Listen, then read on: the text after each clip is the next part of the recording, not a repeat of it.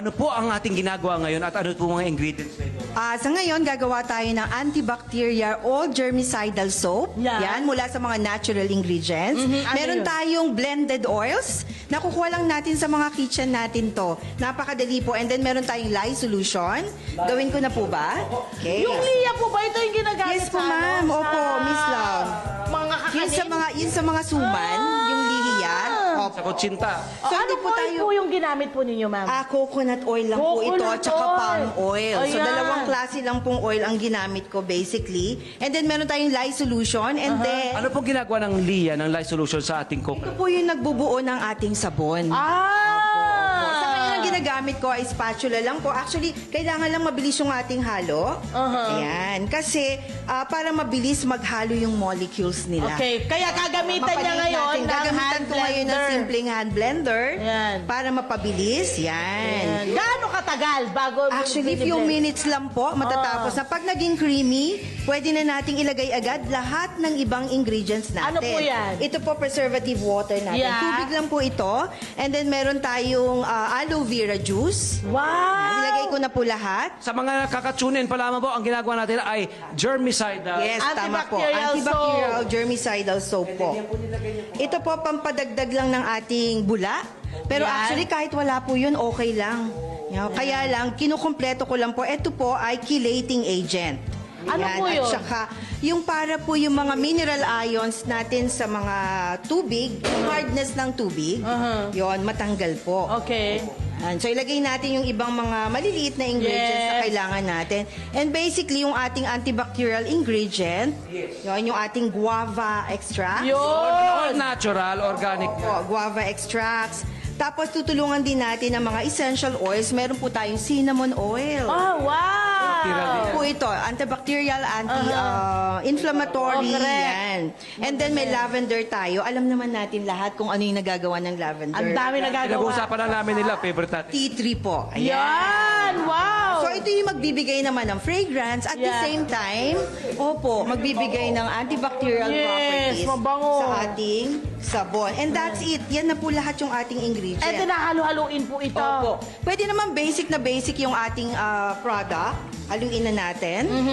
Yan, napakadali. Magiging creamy po yung ating mixture. Ang bango! Yes. Ang bango! Ayan, napakaganda. Ihintayin lang po natin maging parang ano siya, ano po ba yung malapot na gatas? Parang ganun yung Basta consistency. kondensada! Ayun. Ayun! Pwede ba natin i-close up, i-tighten natin yung shot? Ito Oo, po, ayan para yung itsura. ipakita lang Ayan, natin sa tingnan kanila. natin. Halika kayo rito. Yan pala ang pinagmumula sa mga kabarangay na nanonood. Importante makita natin ito. Pakita natin yan lagi. Hinahalo Yan pala ng pinagmumula ng gusto. sabon. Yan, halo-halo. Kailangan lang talaga mabilis na paghalo. That's why gumamit lang tayo ng simpleng hand blender. No? Yes! Ang Iniintay purpose lang nun kasi natin. daw ay para lahat ng elements at ingredients na yes. nilagay nila ay maghalo ng husto. Tama Kaya po, kailangan opo. niya ng ganyan. Nung mga 10 years ago, ang ginagamit ko lang po yung blender. Alam niyo yung ginagamit natin sa mga shake? Yan! Yan po yung ginagamit ko dati, panghalo ng sabon. Oo. Wow! Ayan, Ayan na! medyo malapot na Lumalapot po. na! So we will go ahead. Ito na po, ito, ilalagay natin sa molde. Molde, eto, pakita. Dito na natin Pakita ilagay. namin, ha? Okay. Ayan. Ay, yan, hawak lang natin. Ayan, salamat, Miss Che. Yan ang mga pinapanood Yan, oh. Ibinubuhos na po sa mga nakikinig sa Radyo Agila yung solution na pinaghalo-halo sa molde. So, ito na yung magiging Gaano katagal bago po maging solid po Bukas yan? lang po, katulad ng ito po, yan. Ito na siya.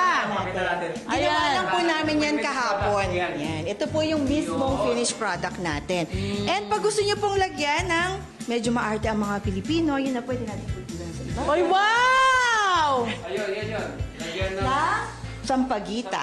Yan. Or kung ano man yung gusto nyong ilagay, pampaganda ng ating mga sabon. As natural as it is. Opo. Yan. Aesthetic lang. Yun, nilalagay pala after everything. Correct. Opo, opo. Gaano karami po yung magagawang sabon dyan sa isang molding yan? Pag ikakat po natin siya into 1 inch, it will be 12 cuts. At magkano po natin pwede ibenta bawat cut? That particular one po, pag pambenta, syempre medyo mataas, ano? Pero ang usual na nagastos ko lang po dyan, around 200 pesos. Oho. At may nag-cutter na po kayo na mano-mano Pwede rin po, or... basta medyo manipis yung inyong kutsilyo, pwede na po siyang pang-cut. Yan. Parang sa mga nag-uumpisa lang. Diba? Opo, Yun. sa mga nag-uumpisa, pwede na yung kutsilyo.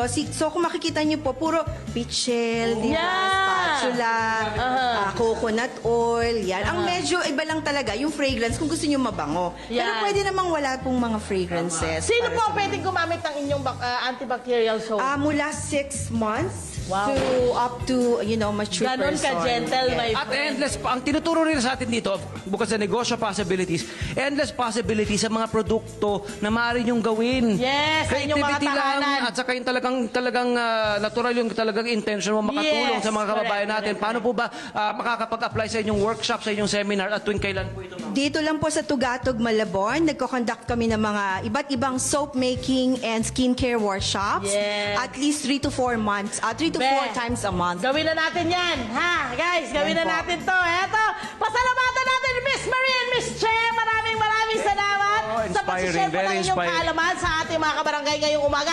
Hello po mga Kanet 25! Si Kuya Tony Pet po ito mula sa Love, Tony Pet and Everything. For more Love, Tony Pet and Everything updates, just click on our subscribe button and follow us on our Net25 social media pages at Net25 TV and at Net25 Entertainment Facebook. Magkita-kita po tayo!